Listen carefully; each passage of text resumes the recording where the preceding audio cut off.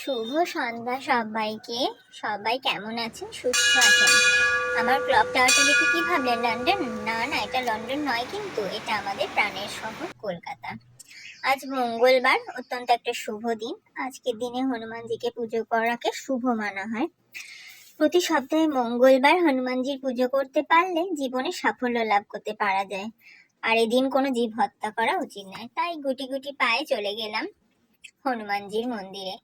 এটা কোথায়, তোমরা যদি ডিটেলস জানতে চাও আমাকে অবশ্যই কমেন্ট করো, আমি জানিয়ে দেব।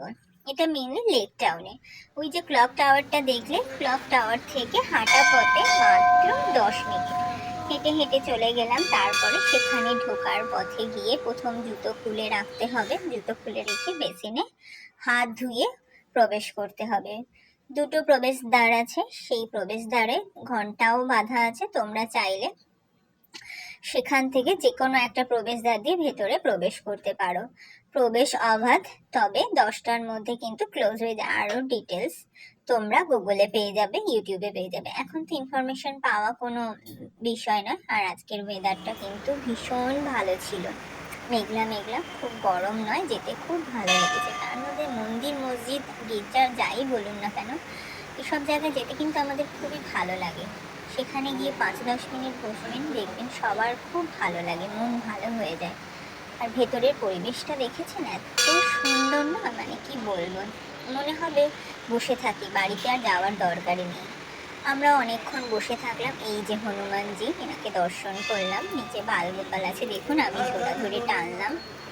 তারপরে একটু প্রসাদ নিলাম, ভোগ নিলাম। আপনারা চাইলে ভোগ নিতেও পারেন, সেটার জন্য ওখানে যারা আছেন কর্তৃপক্ষ, তাদের সঙ্গে কথা বলে নিতে হবে।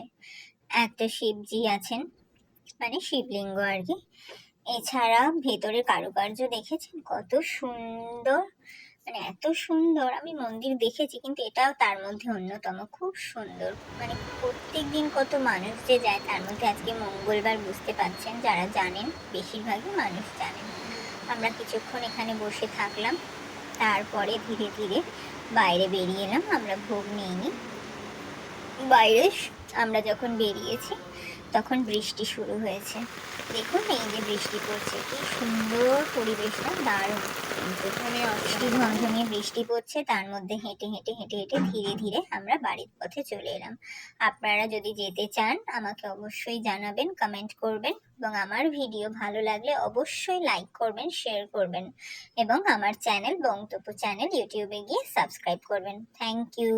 আসার পথে আরো একটা মন্দির দর্শন করলাম, সেটাও আপনাদের সঙ্গে শেয়ার করে নিলাম। টাটা, বাই, ভালো থাকবেন।